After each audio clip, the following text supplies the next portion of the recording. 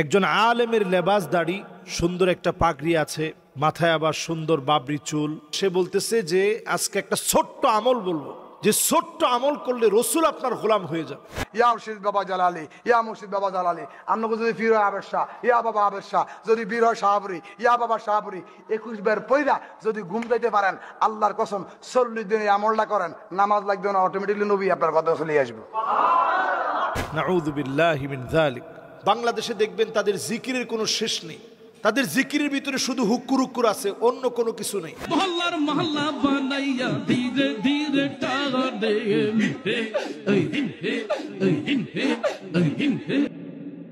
ফেসবুকে ইদানিং একটা ভিডিও আমার চোখে পড়েছে, নিশ্চয়ই আপনারাও এই ভিডিওটি দেখেছেন।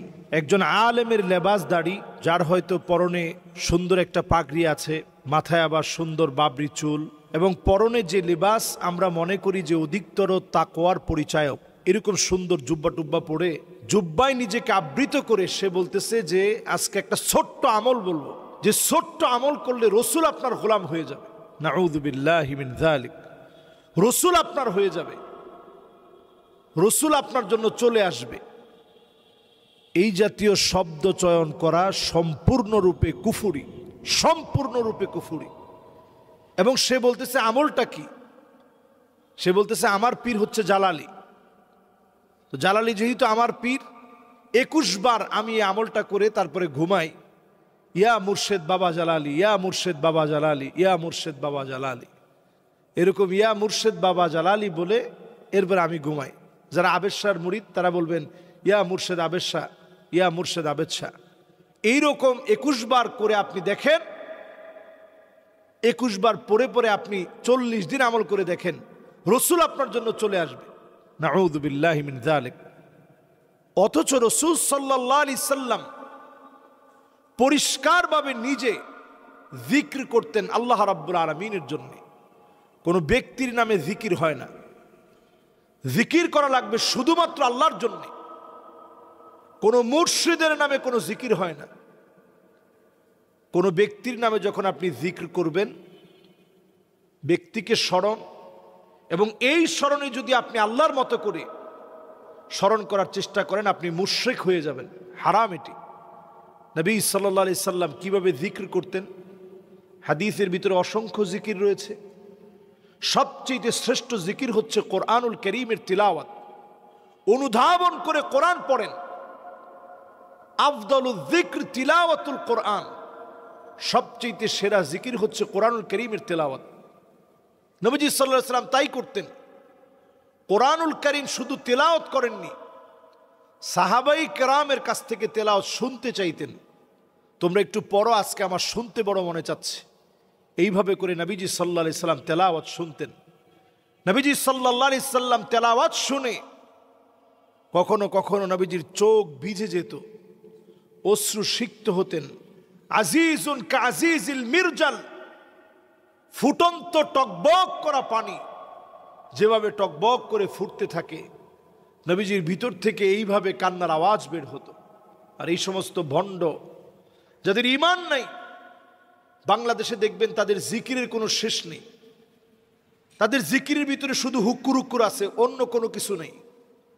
জিকিরের ভিতরে কোনো তাসির নেই। এই জিকির এখন আমাদের জন্য এমন লজ্জার কারণ হয়েছে, বিভিন্ন হিন্দুদের পূজা মণ্ডপে পর্যন্ত আমাদের এই সমস্ত ভণ্ডদের জিকিরগুলো গিয়ে ঢুকেছে। এজন্য আমরা বড় লজ্জিত। আজকে থেকে ছোট্ট একটি জিকিরের কথা বলবো। নবীজি সাল্লাল্লাহু আলাইহি সাল্লাম সাহাবাই কেরামের সামনে বলছিলেন, জাদ্দিদু ঈমানাকুম, ঈমানটাকে তোমরা একটু নতুন করো, নবায়ন করো, রিপেয়ার করো। সাহাবাই কেরাম প্রশ্ন করলেন, কাইফা নুজাদ্দিদু ঈমানানা, নবীজি ঈমানকে কিভাবে নতুন করব, নবায়ন করব, রিপেয়ার করব? নবী সাল্লাল্লাহু আলাইহি সাল্লাম বললেন, কাসিরু যিকরা লা ইলাহা ইল্লাল্লাহ, লা ইলাহা ইল্লাল্লাহ এটা বেশি বেশি পড়ো।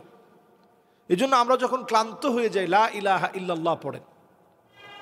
আর যেটা দেখবেন সুন্নি ভণ্ডরা প্রতিনিয়ত একটা বিষয় বলে যে নবীজি সাল্লাল্লাহু আলাইহি সাল্লাম আপনার হয়ে যাবে।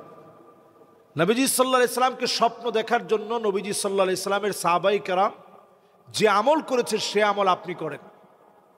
তাবিরা যে আমল করছে সে আমল আপনি করেন, তাবি যে আমল করছে সে আমল আপনি করেন। সে আমল কি? অধিক পরিমাণে দরুদ শরীফ পড়া। আকসারুহুম আলাইয়া সালাহ, অধিক পরিমাণে যারা দরুদ শরীফ পড়বেন নবী সাল্লাল্লাহু আলাইহি সাল্লাম তাদেরকে স্বপ্ন যোগে দেখা দিবে। আপনি অধিক পরিমাণে যখন সুন্নাহ মানবেন, আপনি দরুদ শরীফ পড়লেন, সুন্নাহর আমল নাই, নবীজির দেখা আপনি কেমন করে পাবেন? নবীজি সাল্লাল্লাহু আলাইহি সাল্লামের চলন কথন, নবীজি সাল্লাল্লাহু আলাইহি সাল্লামের আদর্শ, সামাজিক অবস্থান, রাষ্ট্রীয় ব্যবস্থাপনায় ইসলামকে প্রতিষ্ঠা করার পূর্ণ চেষ্টা যাদের ভিতরে থাকবে, এই মানুষগুলা নবীজি সাল্লাল্লাহু আলাইহি সাল্লামের কত আপন আপনি একটু চিন্তা করেন। নবী সাল্লাল্লাহু আলাইহি সাল্লাম বলছেন, মান রাআনি ফিল মানাম, কেউ যদি স্বপ্নে আমাকে দেখলো, ফাকাদ রাআনি ফিল ইয়াকযা, সে কেমন যেন বাস্তবে আমাকে দেখলো। ফাইন্না শাইতান লা ইয়াতামাসসালু বি ওয়া ফি রিওয়ায়াতিন উখরা ফাইন্না শাইতান লা ইয়াতাশাব্বাহু বি, কারণ শয়তান আমার আকৃতি ধারণ করতে পারে না। রাসূলকে কেউ যদি দেখেন, সে কেমন যেন একেবারে সরাসরি বাস্তবেই নবীজিকে দেখলো। সুবহানাল্লাহ বিহামদি।